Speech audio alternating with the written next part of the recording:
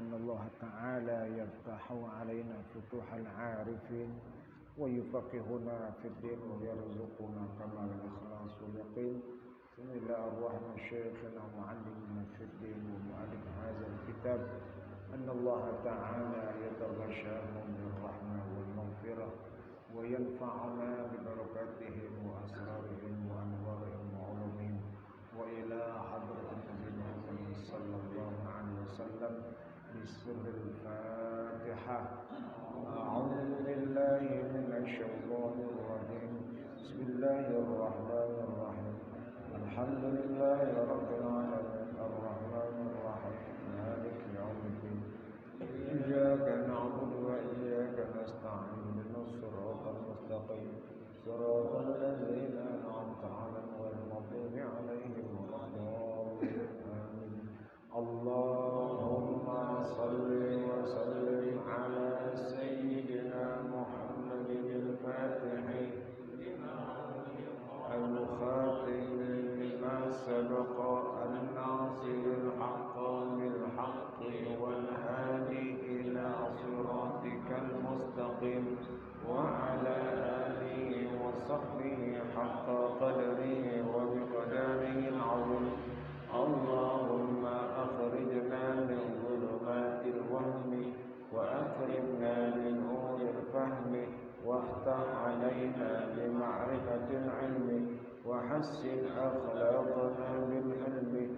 وسهل لنا أبواب فضلك وانشر علينا من خزائن رحمتك يا أرحم الراحمين.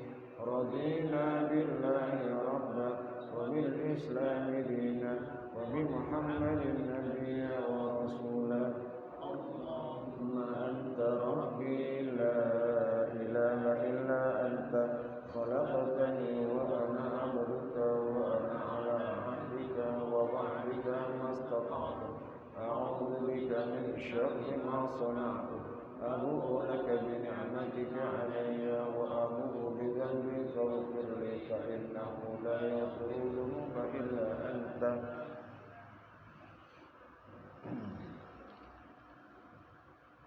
Soalnya far'un ya.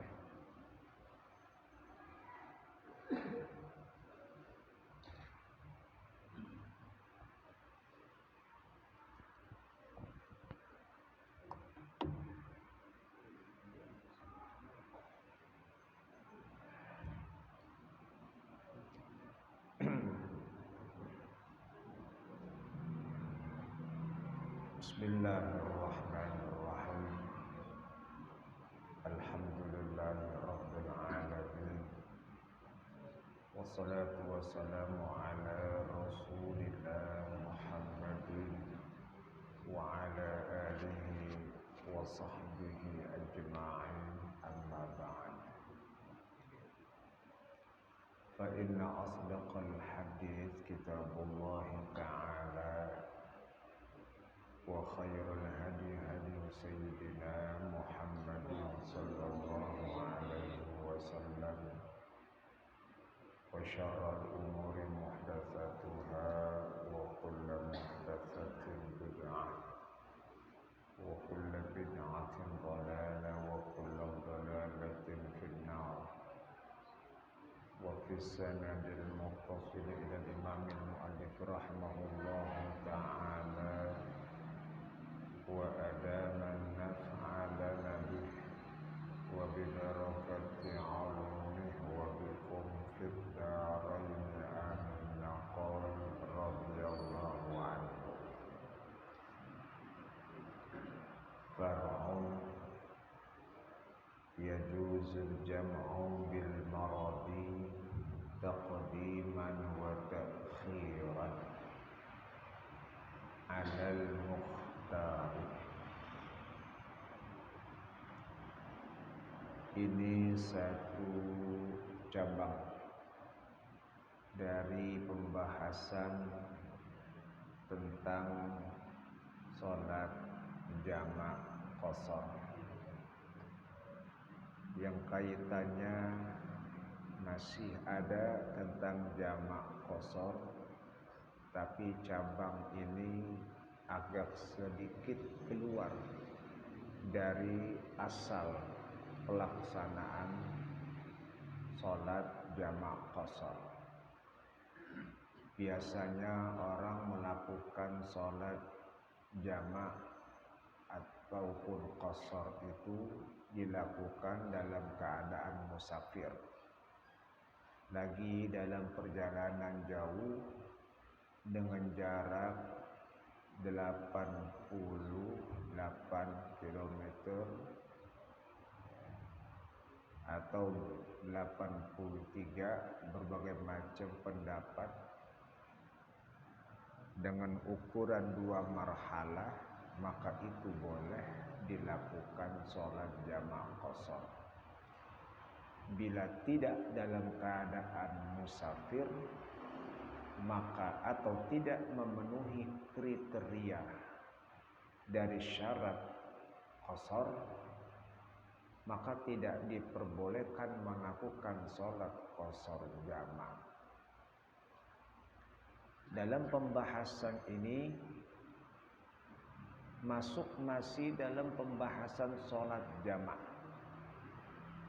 tapi dalam konteks bukan lagi musafir.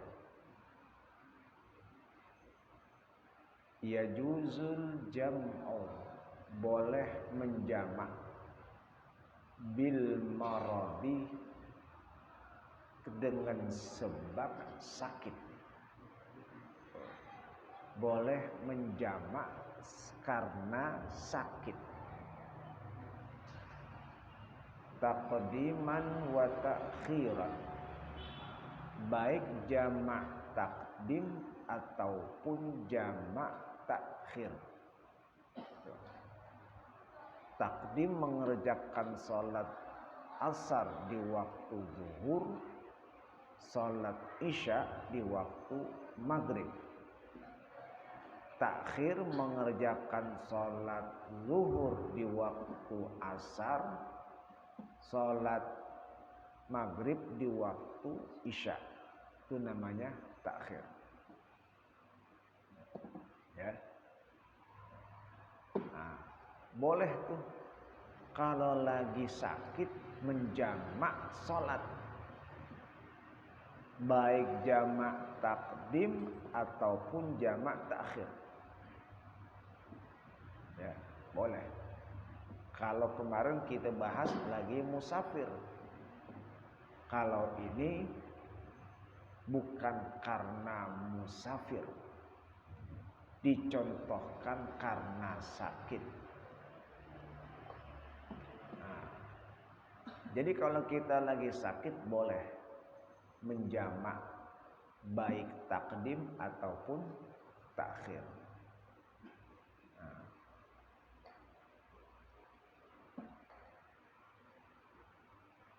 Di sini hanya jamak saja. Kalau qasar tidak bisa. Karena dalilnya kalau qasar dalam Quran, wa iza darabtum fil ardi fala junaha 'alaikum an taqsuru minas shalah. Sudah sharih, jelas. Berarti qasar itu ketika menempuh perjalanan jauh, itu namanya qasar. Nah, kalau jamak dalilnya ada. Kalau jamak dalilnya ada. Di mana Rasul kana yajma'u bainal maghribi wal isya'i, zuhri wal asri, maghribi wal isya'i, la fi khaufin wala matarin. Jadi Nabi pernah menjamak kondisi di mana antara zuhur dengan asar, maghrib dengan isya, bukan dalam kondisi takut dan juga bukan dalam kondisi hujan. Tuh. Maka hal itu dilakukan bukan dalam perjalanan, dalam kondisi normal, tapi ada hal-hal tertentu yang menyebabkan seseorang itu harus menjamak. Contohnya apa? Di sini contohnya marad, sakit. Lagi sakit. Jadi kalau kita lagi sakit boleh kita jamak sholatnya. Ya. Karena ada kemungkinan kalau nggak dijamak otomatis bisa-bisa nggak sholat. Ini bisa-bisa nggak sholat ini. Dia sudah punya perhitungan. Tek, tek, tek, tek. Nanti jam sekian bakal kumat lagi nih penyakit. Bakal kumat lagi nih. Bakal panas lagi nih. Kalau udah panas kena air, waduh, badan udah nggak ini. Datangnya pas lagi antara asar sampai maghrib. Tuh ya. Ah, itu boleh dia jamak. Zuhur dijamak dengan asar. Karena dia merasakan kondisi badan yang tidak mungkin. Sebab kalau dia tidak jamak, mungkin asarnya dia tinggalin. Asar bakal ditinggalin. Tuh, ya, asar bakal ditinggalin. Maka dia jamak. Karena kondisi lagi sakit. atau kondisi lagi akan dioperasi, diambil satu tindakan operasi, ya, operasi dalam sekian nanti Bapak akan dioperasi ya. Jadi harus puasa ini. Tuh, ya. Nah, operasi. Kapan Pak operasinya? Operasinya waktu asar. Waktu asar itu harus sudah bersiap-siap. Jam sekian akan dioperasi. Tuh, ya. Nah, tindakan ini kita nggak tahu gimana nih. Nah, maka orang yang mengalami hal seperti ini ketika zuhur dia sudah siap-siap jamak. Waduh, mau dioperasinya asar. Sholat asar gimana nih? Nah, sholat asarnya gimana? Nah, boleh dijamak. Jamak aja dah. Zuhur dengan asar, ditarik asarnya di zuhur. Tuh, ditarik asar di zuhur. Nanti ketika masuk asar kan sudah lagi dalam kondisi dioperasi dan dia sudah bersiap-siap dengan pakaian itu, sudah mulai berada di tempat tidur walaupun belum masuk ruangan operasi. Itu. Nah udah. Nah itu dijamak bisa. Itu namanya kondisi lagi sakit, di mana sakitnya itu tidak memungkinkan bagi orang tersebut untuk melakukan sholat wajib. Itu baik takdim ataupun takhir. Baik takdim ataupun takhir. Ya.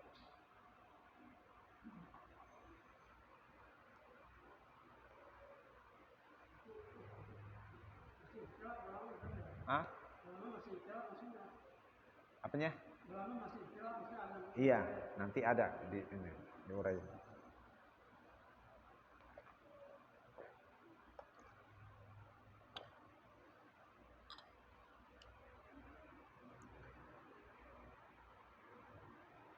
Jadi baik takdiman wa takhiran, baik secara jamak takdim ataupun jamak takhir. Takhir dimundurin, ya, dimundurin. Jadi kalau umpamanya sudah masuk waktu maghrib, belum sempat sholat, tahu-tahu badan lemes, menggigil, lemes, udah nggak bisa ini nih. Ya Allah, ini kenapa nih? Waduh, belum sholat maghrib lagi. Nah, sakit tuh. Nah, belum kondisi begini badan, gimana nih? Mau sholatnya? Nah, jamak takhir. Udah jamak takhir, niat nawaitu takhiral maghribi ilal isya majmu'an bihima. Aku takhirkan sholat maghrib dengan isya di jamak keduanya. Tuh, ya, takhir.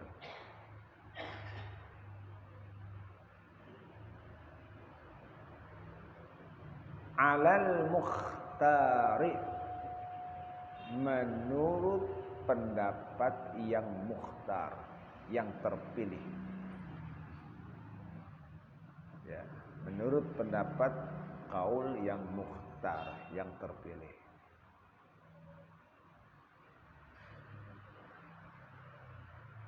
Dalam mazhab Syafi'i ada beberapa kaul, pendapat, yang mana pendapat itu menjadi pilihan di antara ulama-ulama Syafi'i. Ya, ada kaul yang mukhtar, ada kaul masyhur, ya, ada kaul yang dhaif, macam-macam.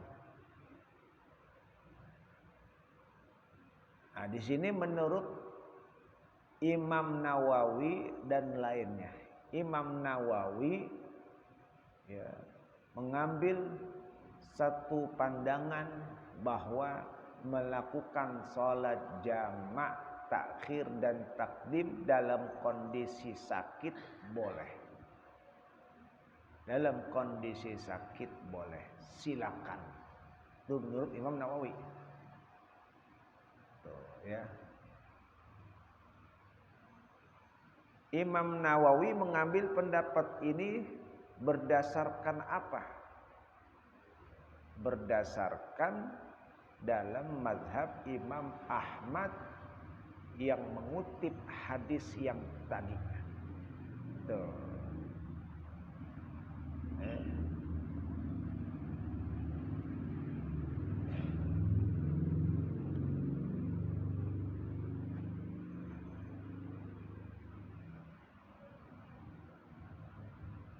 Kalau pendapat ini mukhtar, ada lawannya.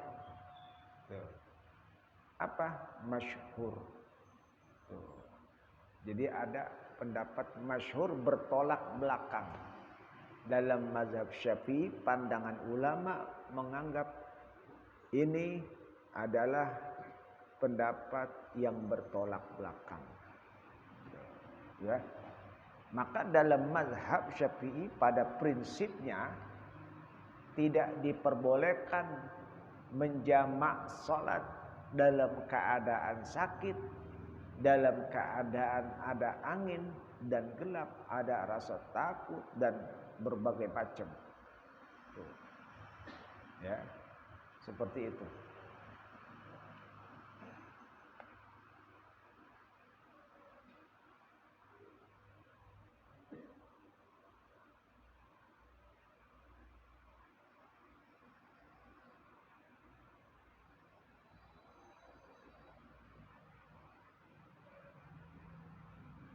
Jadi dalam mazhab Syafi'i ada dua. Kalau masalah ini yang tadi ada ulama yang menganggapnya itu boleh dilakukan, ada yang tidak boleh dilakukan. Mana yang mesti kita pilih? Yang kita pilih sesuai dengan keadaan kita. Kita mau milih dalam kondisi kita sudah tidak mampu lagi, pakai pendapat itu. Tapi kalau kita masih sanggup melakukan, maka lakukanlah sholat. Begitu. Paksain aja sholat. Gak usah dijamak-jamak, sholat aja. Udah sholat. Walaupun dalam menggigil badan. Allah.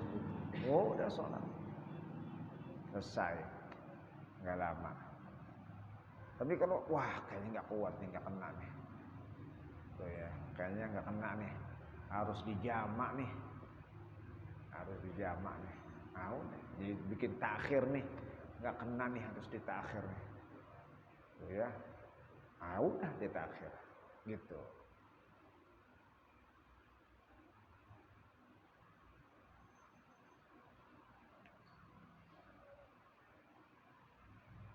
Wa yura'il arfaqa. Orang yang sakit itu dapat memilih yang lebih mudah. Jadi pilihlah mana yang lebih mudah untuk dia lakukan. Yang tahu kondisinya dia. Kondisi sakitnya dia yang tahu. Ini memungkinkan enggak untuk saya bikin sholat jamak takdim ataupun jamak takhir? Dia yang lebih tahu.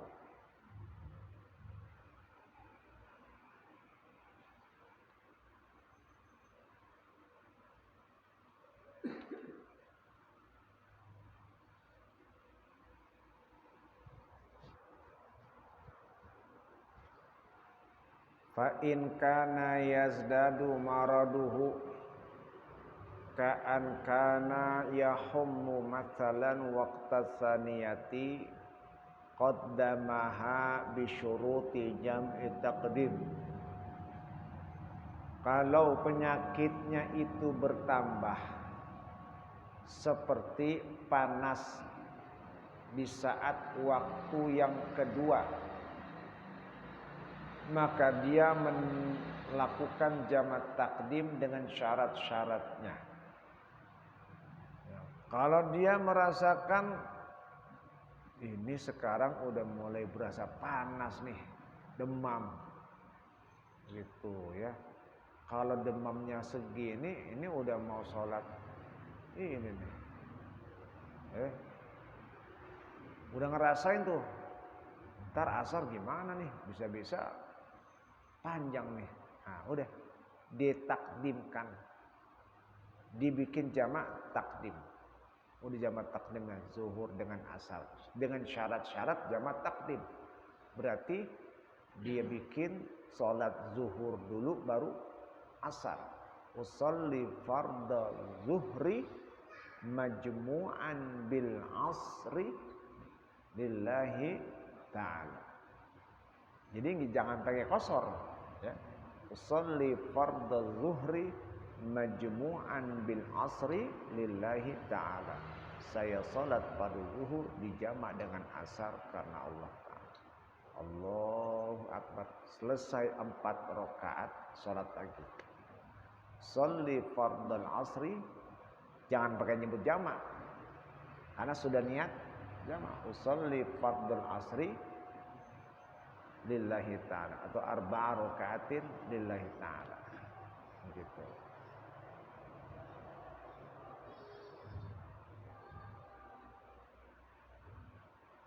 Aw waqtal ula akharaha biniyatil jam'i fi waqtil ula. Atau panasnya itu terjadi di waktu yang pertama, di waktu zuhur atau di waktu maghrib. Jadi ketika waktu maghrib atau waktu zuhur datang panas, wah nggak beres nih penyakit. Tuh ya, udah panas, udah menggigil. Nah, akharaha, maka dia takhirkan. Dia takhirkan tuh. Ini saya kerjaan sholat kayaknya nggak bisa nih. Nah, nggak bisa nih. Nawaitu takhiral zuhri ilal asri majmu'an bihima.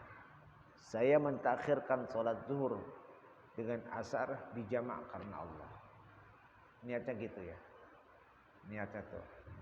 Saya mentakhirkan atau saya melakukan jamak takhir zuhur dengan asar di waktu asar. Saya melakukan jamak takhir zuhur dengan asar di waktu asar. Bisa begitu dalam hati. Udah, dia nggak perlu sholat dulu. Ntar udah masuk waktu asar baru dah sholat. Kayaknya waktu asar udah mulai enakan nih.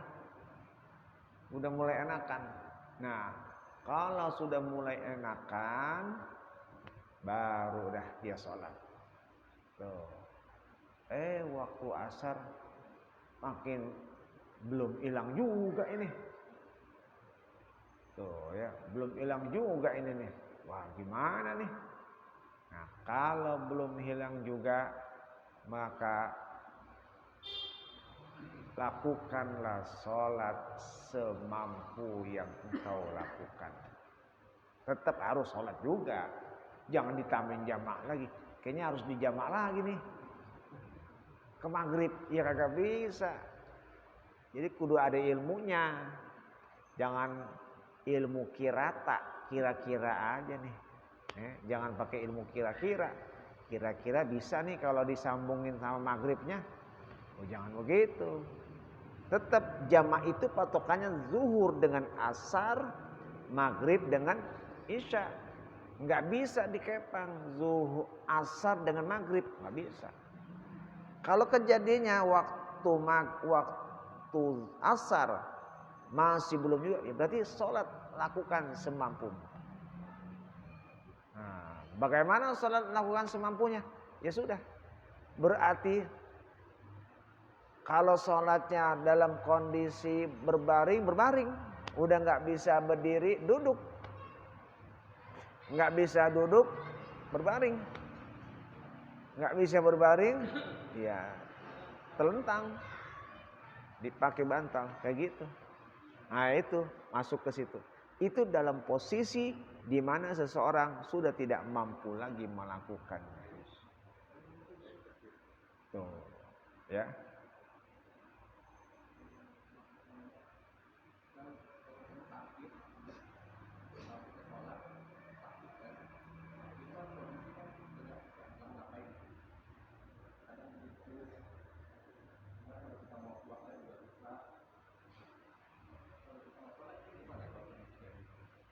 Iya.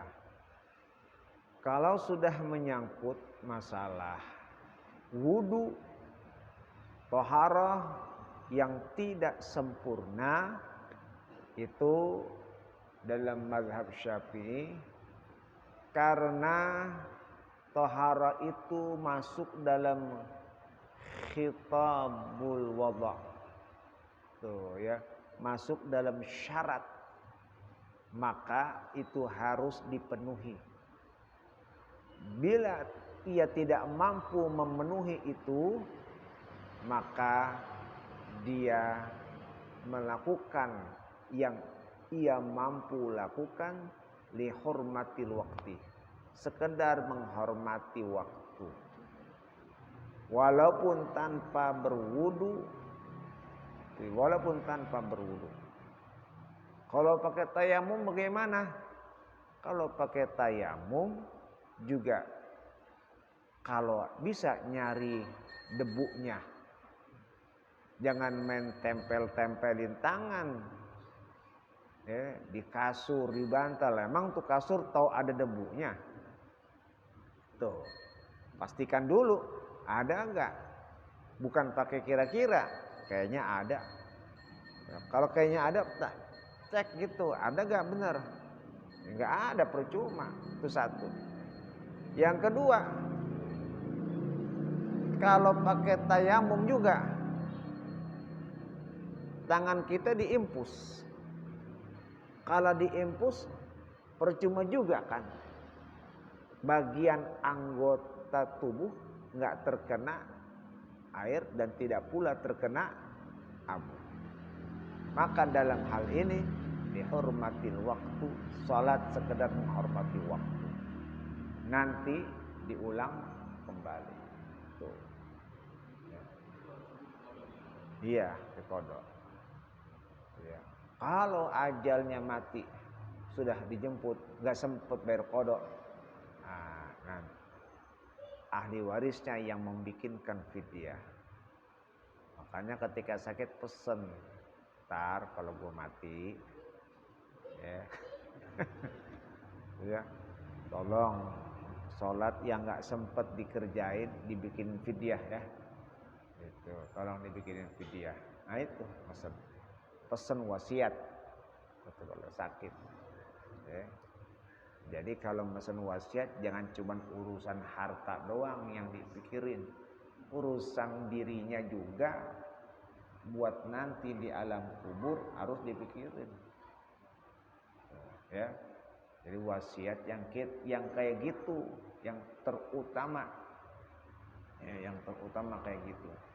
Jangan segala rumah, mobil dipikirin. Ini bagian sentong, ini bagian situ, ini wasiat bapak begitu. Wasiatnya jangan yang itu doang, kayak gitu, ya. Itu ya.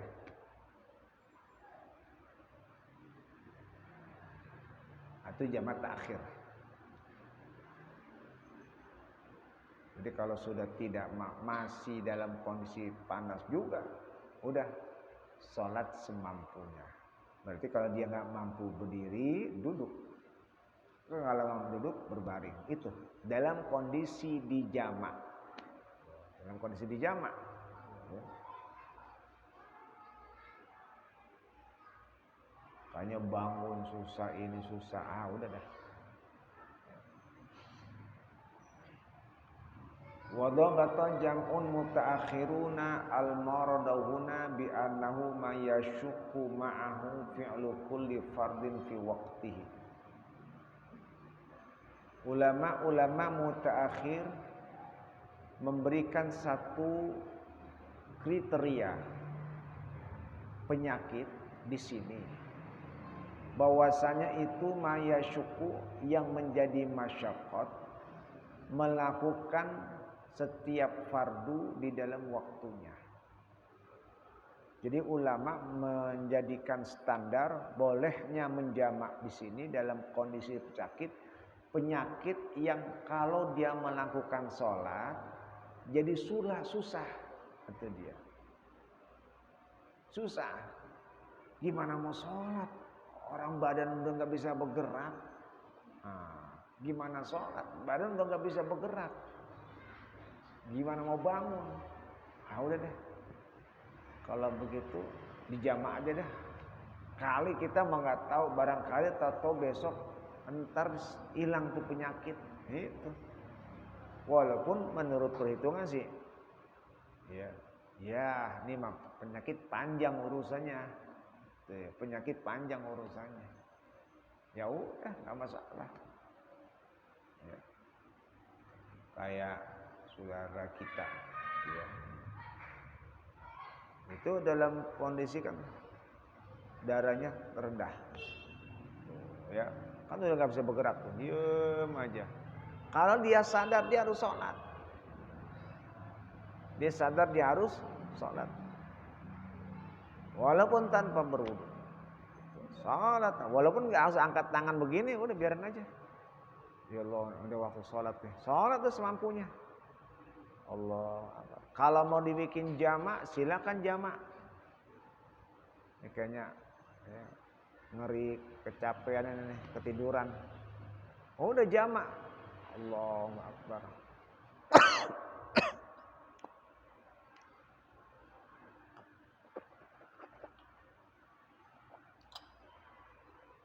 Biasanya kalau habis capek tidur keputusan. Begitu, udah dijamak. Jamak takdim kah jamak takhir? Dia yang tahu tuh. Harusnya begitu. Ya. Nah kalau umpamanya mau sholat juga tetap setiap waktu silakan. Itu menunjukkan kebolehan, mau melakukan juga boleh. Yang penting jenis penyakitnya, penyakit yang tidak ia bisa lakukan sholat. Kalau penyakitnya cuma batuk-batuk doang, jangan pakai dijamak. Kok sholat sampai 2 kali? Ani jamak, kenapa? Bis batuk-batuk nih sama pilek. Nah, kalau itu sih bisa diatasin. Gimana? Orang pilek netes mulu ingusnya. Gitu ya. Pilek netes mulu ingusnya. Biarin netes mulu. Tuh ya, emang ingus netes najis? Ya enggak apa-apa. Tuh ya, disumpul pakai sapu tangan. Bisa. Tuh, ya. Hah?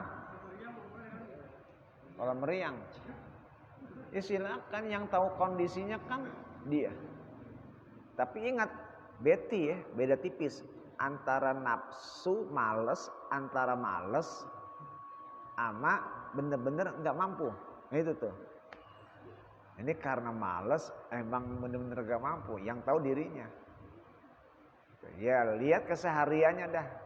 Kalau dia rajin bener-bener, ya mungkin bisa bener nih, dia nggak mampu.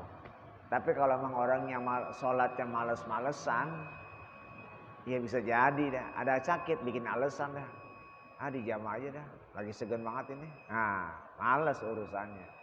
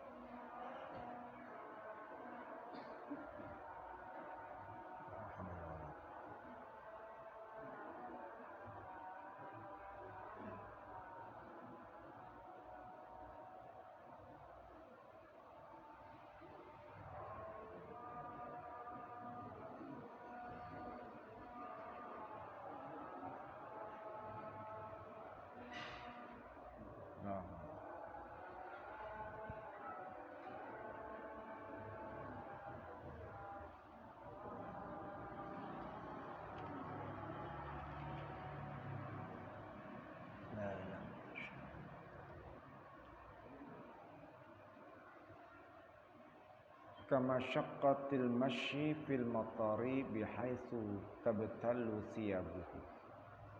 Seperti masyaqqatnya berjalan di waktu hujan di mana pakaiannya menjadi basah. Salat jamak karena hujan juga ada. Kita pernah bahas di dalam kitab Fathul Qorib itu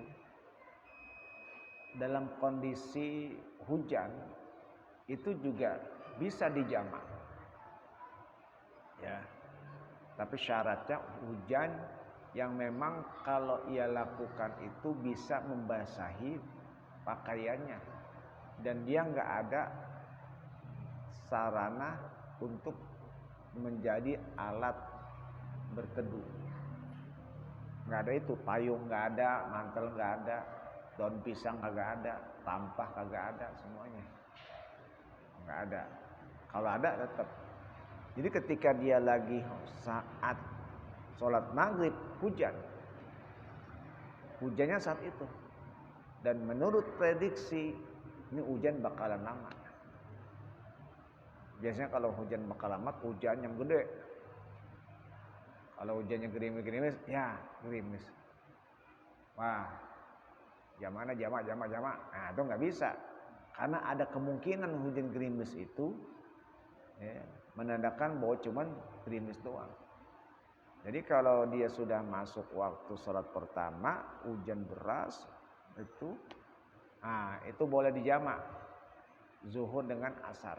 Ini kalau dalam kondisi jamaah ya, bukan sholat sendiri. Kalau sholat sendiri nggak bisa, ini sholat berjamaah. Nah, itu bisa. Itu masyaqqat tuh. Sebab kalau dia maksain pulang bisa basah. Nah, maka boleh.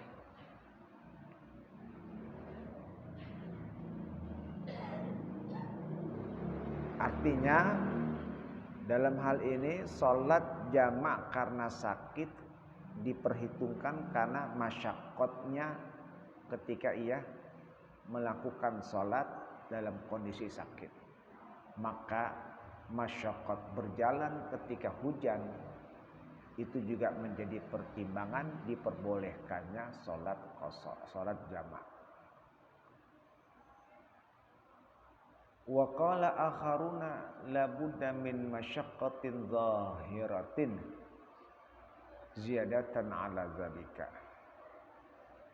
Berkata ulama yang lain, mesti masyaqqatnya yang zahir sebagai tambahan atas yang demikian itu. Jadi masyaqqatnya masyaqqat yang zahir, yang nyata, kelihatan. Jadi kalau masyaqqatnya ya, mudaratnya itu yang enggak nyata, itu tetap harus dilakukan sholat seperti biasa, enggak bisa dijamak.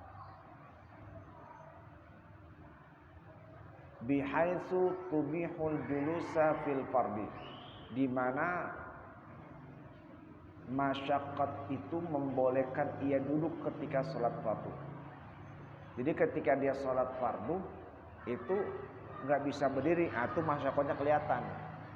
Jadi ketika dia mau duduk, mau sholat berdiri, jatuh lagi. Itu namanya ketahuan. Wah, kayaknya nggak mampu nih, nggak mampu. Udah. Jadi nggak mampu itu dicoba. Jangan kira-kira, coba dulu. Makanya itu dia ketahuan. Ini orang sholat apa karena males, emang karena nggak mampu. Kalau untuk mengetahuinya dicoba dulu. Setelah dicoba, baru. Wa huwal aujahu, itu pendapat yang lebih kuat. Khatimatun.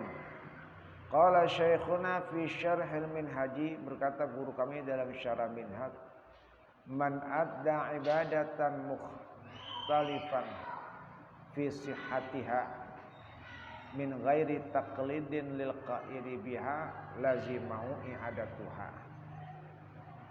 Siapa orang yang melakukan ibadah yang diperselisihkan kesahannya tanpa melakukan taklid bagi orang yang mengatakannya, maka wajib diulang kembali. Kita dalam beribadah biasanya ada selalu berbeda pendapat. Ada berbeda pendapat. Kalau ada yang satu mengatakan sholat begini, cara begini sah. Yang satu mengatakan cara begini tidak sah. Itu beda pendapat. Contoh. Kalau orang kayak niat puasa. Dalam mazhab Syafi'i niat puasa itu harus setiap malam. Kan gitu. Kalau dalam mazhab Maliki niat puasa itu di awal sudah cukup. Kalau macam Imam Syafi'i, kalau dia puasanya nggak niat setiap malam, nggak sah puasanya. Gitu. Nah, kalau Imam Malik, kalau dia sudah niat di awal, nggak perlu niat lagi juga boleh. Kan bertolak belakang. Yang satu menganggap sah, yang satu menganggap tidak sah. Tuh. Yang satu menganggap sah, yang satu menganggap tidak sah. Begitu. Nah, makanya ulama memberikan satu arahan. Niat di awal 2 kali. Itu ya. Nah, kenapa? Nah, itu. Dia ketika dia melakukan ibadah yang memang diperselisihkan kesahannya. Kalau dia nggak tahu, pengen niat-niat aja. Oh, saya sih lagi itu udah niat malam pertama, udah niat sebulanan aja. Udah dah. Niatnya pakai diketeng-keteng segala, borongan aja udah niatnya. Gitu ya. Saya udah niat. Gitu. Ente udah niat, udah. Tahu gak dari mana? Bisa tahu-tahuan ente niat begitu. Harus tahu ngerjainnya. Ya saya sih kira-kira aja. Bisa kali. Oh gak bisa kira-kira. Karena itu sedang diperselisihkan. Siapa orang yang melakukan ibadah yang kesahannya itu diperselisihkan tanpa menyadari adanya pendapat yang membolehkannya, maka ibadahnya tidak sah, wajib diulang lagi. Itu kaidahnya. Jadi gimana? Enggak sah ente. Jadi harus tahu dulu. Saya melakukan itu karena taklid kepada Imam Malik. Itu. Saya melakukan itu karena taklid kepada Imam Malik yang membolehkan niat puasa di awal Ramadan. Itu namanya ada taklid. Kalau cuman kira-kira doang, nggak bisa. Harus pakai ilmu. Kayak gitu. Sama juga nih. Dalam mazhab Syafi'i, orang kalau berwudu kena perempuan batal. Tapi kalau dalam mazhab Hanafi, kena perempuan nggak batal. Tuh ya. Nah, itu kan berbeda. Dalam mazhab Syafi'i, kesentuh perempuan, wah batal. Tapi kalau menurut mazhab Hanafi, kena kesentuh perempuan, nggak batal. Tuh, tahu-tahu, tuh ya, dia kesentuh perempuan, boleh nih, nggak apa-apa, tanpa menyadari bahwa yang dia lakukan itu ada pendapat yang membolehkan tidak batal wudunya. Itu nggak batal wudunya. Kalau dia main langsung begitu aja, nggak apa-apa. Ada pendapat yang membolehkan. Jangan ngomong ada pendapat yang harus tahu siapa pendapat yang mengatakan itu siapa. Harus tahu. Jadi min ghairi taqlidin lil qaili, tanpa mengikuti orang yang berkata, nggak tahu siapa yang berkata, itu tidak sah. Nggak sah tuh. Jadi harus tahu dulu. Saya melakukan ini karena bertaklid dengan Imam Hanafi. Nah, baru bisa. Ya. Tapi tetap ada aturan-aturannya. Karena nanti ada istilah talfiq. Itu ada aturan-aturannya, ya. Jangan sampai melakukan ini di satu sisi disalahkan, di satu sisi disalahkan. Harus benar-benar tahu lebih detail lagi. Jadi ada pembahasan yang khusus dalam masalah ini. Tuh, ya. Masalah talfiq nanti itu. Kita juga sudah pernah ngulas talfiq di bab ini, kitab Fathul Mu'in itu ada bab-bab terakhir. Tuh, bab-bab tentang terakhir itu bab masalah itu tuh. Jadi intinya gitu, ya. Kalau kita ingin berbuat sesuatu, kan ada pendapat yang mengatakan boleh, harus tahu dulu. Yang bolehnya tuh siapa yang bilang? Jangan main boleh-boleh aja. Tuh, ya. Wajib diulang lagi tuh. Wajib diulang lagi. Kok ente sholat auratnya kelihatan? Nggak apa-apa, kan ada pendapat yang mengatakan boleh. Pendapat yang mengatakan boleh kan cuma ente yang begitu ngomongnya. Yang siapa yang mengatakan itu? Ulama mana tuh? Dalam lingkaran mazhab apa yang mengatakan boleh? Kalau terbuka aurat nggak apa-apa. Jadi jangan ngomong kalau ada pendapat yang mengatakan boleh. Tapi pendapat itu harus tahu siapa yang mengatakan. Ente berbuat ini namanya taklid buta.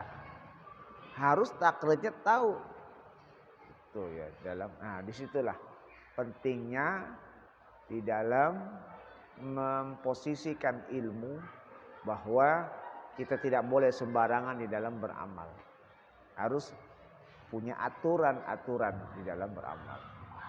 Agar apa? Agar apa yang kita lakukan ini benar-benar memiliki dasar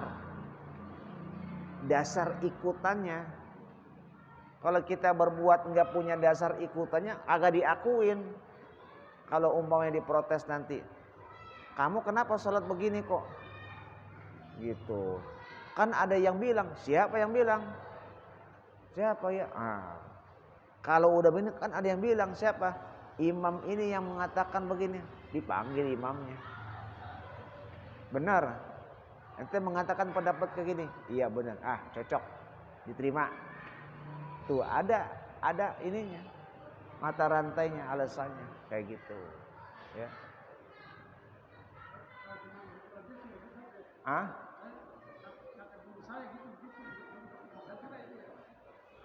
patokannya bukan guru.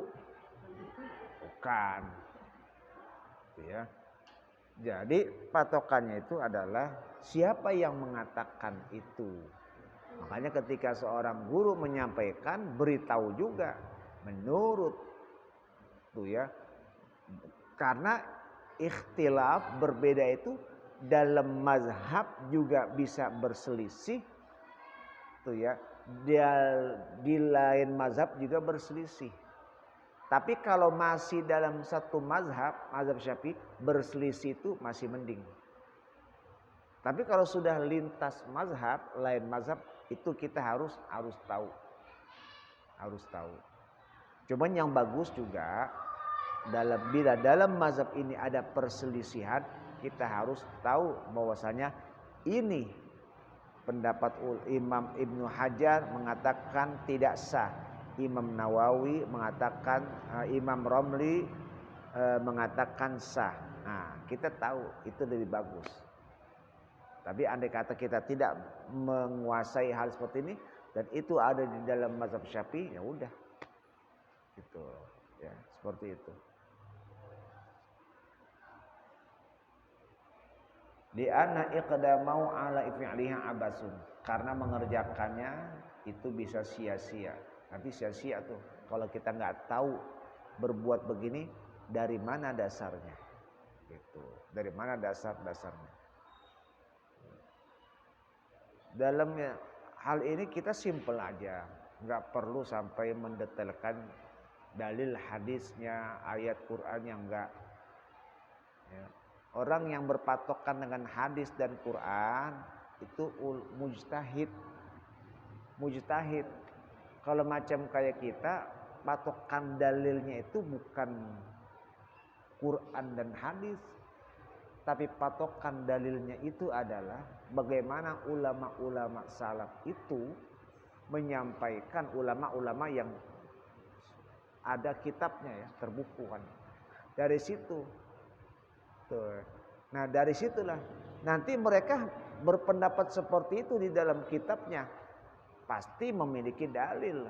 Enggak sembarangan ulama membuat satu kitab tanpa ada keterangan dalilnya. Yang penting punya tanggung aturannya. Nih, yang mengatakan ulama ini, Imam Nawawi, Imam Ibnu Hajar, Imam Ramli mengatakan begini, Imam Syafi'i mengatakan begini. Nah itu udah kayak gitu ya.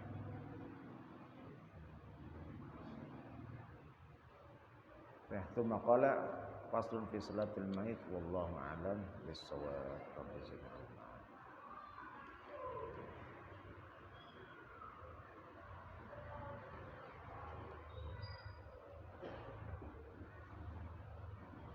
dekat.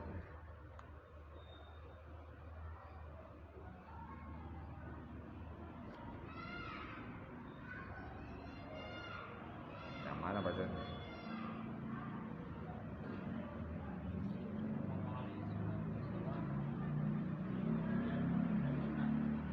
Apa?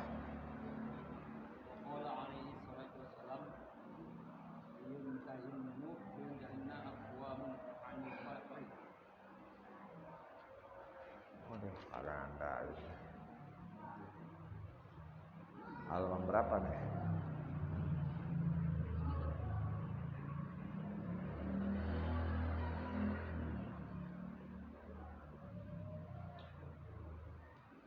Itu Deus ada nandain. Ah? 82.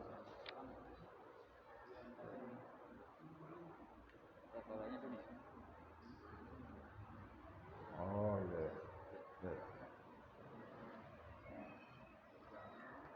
Bismillahirrahmanirrahim. Wa qala alaihi salatu wassalam liyantahiyanna aqwamun anil fakhri bi abaihim aw liyakunanna ahwana 'ala Allah ta'ala minal ju'alani. Nabi bersabda, hendaklah kaum itu menghentikan berbangga-banggakan dengan nenek moyangnya, atau nanti Allah akan menjadikan yang lebih hina darinya. Jadi kita nggak usah dibikin bangga-bangga sama bapak engkong kita.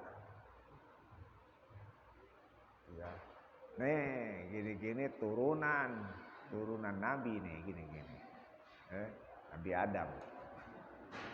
Bangga dengan dirinya sebagai kemuliaan dari nasabnya. Gini-gini biar kata jelek-jelek, turunan orang-orang hebat ini, turunan wali, itu ya. Tahu nggak tuh yang namanya Sunan Kalijaga? Wow, ini saya titisannya, ya. Tahu nggak Sunan Gunung Jati? Ini saya turunannya. Ini saya turunannya Syekh Abdul Qadir Jailani. Jangan berbangga-bangga, berhenti berbangga-bangga dengan turunan-turunan. Allah akan jadikan dia lebih hina lagi nanti. Fal fadlu wal karamu bittaqwa la bin nasabi. Kemuliaan, keutamaan, kemuliaan itu diukur ketakwaan, la bin nasab, bukan dengan nasab. Jadi yang menjadi ukuran itu adalah bagaimana takwanya. Seseorang memiliki fadilah derajat, seseorang memiliki kemuliaan dilihat dari sisi takwanya. Takwanya yang dilihat. La bin nasab, bukan dilihat dari sisi nasab. Dia keturunan ini. Itu ya. Mari kita muliakan. Bukan itu ukurannya. Karena itu nanti membuat dia jadi bangga. Walakin bittaqwa, tapi ketakwaan. Tetap bagi kita untuk bersikap baik, menghormati. Sebagaimana di dalam kitab Ta'limul Muta'alim ada seorang anak, di mana dia lagi ngajar nih Syekh. Kalau ada giliran ada anak dia berdiri, anak kecil berdiri, giliran enggak dia duduk. Ditanya, Syekh kenapa engkau melakukan itu? Karena saya melihat anak dari guru saya. Jadi dia menghormati bukan kepada anaknya, tapi kepada menghormati bagi kita, iya gitu. Tapi bagi dirinya, bagi diri si anak atau seseorang itu, jangan merasa bangga. Jangan merasa bangga. Hati kita kepada habaib, kita hormat. Tapi tetap si habaib itu juga harus jaga. Jangan merasa bangga dengan dirinya. Begini-gini turunan itu ya. Jaga. Gitu. Kita bersikap menghormati. Tapi bagi dirinya pribadinya tetap ukuran kemuliaan bukan dihitung dari nasabnya. Tapi kemuliaan itu diukur dari ketakwaannya. Dari situ.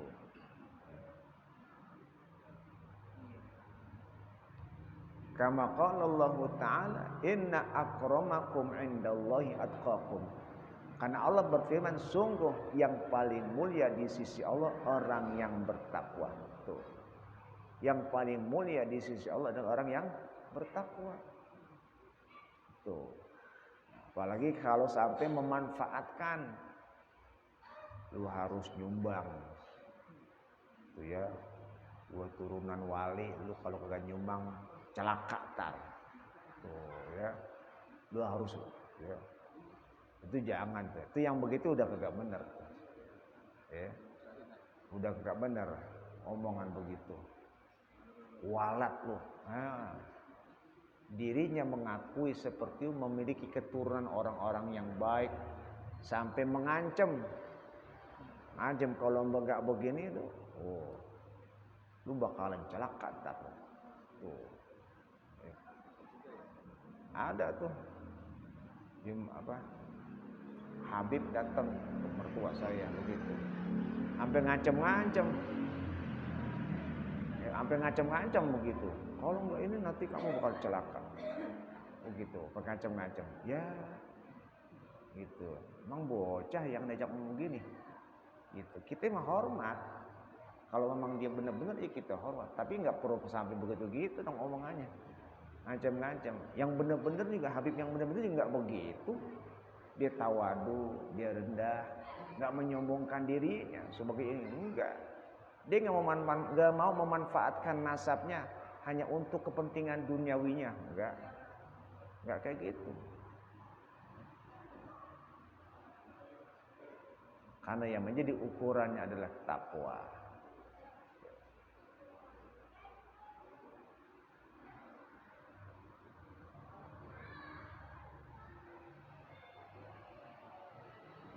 Lau annal insana kana min atqan nasi wa a'lamihim wa a'badihim thumma takabbaru 'ala nasi wa iftakhara 'alaihim la ahbatallahu taqwahu wa abdalla ibadatahu. Karena seseorang yang merasa dirinya paling takwa, paling alim, paling rajin ibadah, thumma takabbaru 'ala nas, lalu dia sombong kepada orang lain, waftakhara alaihim, berbangga-bangga, Allah akan sia-siakan ketakwaannya dan Allah akan membatalkan ibadahnya. Orang terlihat paling takwa, paling alim, paling rajin ibadah, sombong, bangga dengan orang-orang, itu Allah sia-siain tuh takwanya, amalnya, ibadah batal. Kalau menunjukkan kesombongan saja udah percuma.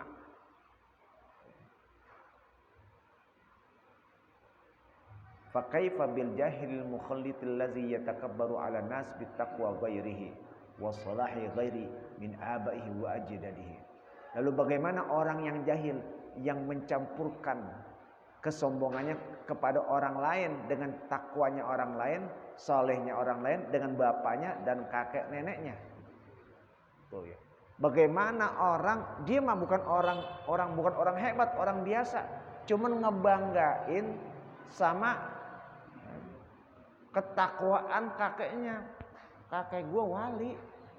Tuh, bukan dirinya aja dia merasa orang yang dirinya benar-benar takwa, tapi dia merasa sombong kepada orang lain, merasa bangga, Allah tolak. Bagaimana orang yang dirinya bukan takwa, dia mah kagak rajin, sholat mah kagak rajin, gitu ya, jamaah juga kagak, begitu. Bangga dengan nasabnya, tuh ya. Apalagi yang begitu, yang dirinya saja di orang yang takwa, orang yang alim, orang yang rajin ibadah, tapi dia merasa bangga dan sombong karena dirinya, Allah tolak. Bagaimana orang yang tidak takwa, dia nggak alim, cuman bangga dengan nasabnya, keturunan, orang-orang tuanya, nenek moyangnya, itu lebih-lebih lagi. Fahal hazal ajhalu azimun wa hamkum fadhi'ul khair kulli fit tawaddu wal khusyu' wal khudulillah. Maka inilah kejahilan yang paling besar. Tuh, ini kejahilan yang paling besar yang harus dihindari. Jadi itu yang harus kita tanamkan. Hindari rasa sombong dengan leluhur-leluhur yang kita memiliki kehebatan, ketakwaan, kewalian, harus kita singkirkan. Buat diri mereka saja kalau sombong ditolak, apalagi kita hanya karena hanya ngebonceng ketakwaan orang lain. Gini-gini, uji macam-macam ya, baba gua kiai. Tuh, yang kiai kan baba lu, bukan lu. Baba lu kagak gitu-gitu amat. Nah, ya. Baba lu gitu-gitu amat. Nah, itu jangan. Intinya sifat sombong, sifat bangga harus disingkirkan. Gitu. Tsumma qala alaihi salatu wassalam, wallahu a'lam bis-shawab. Rabbis alamin.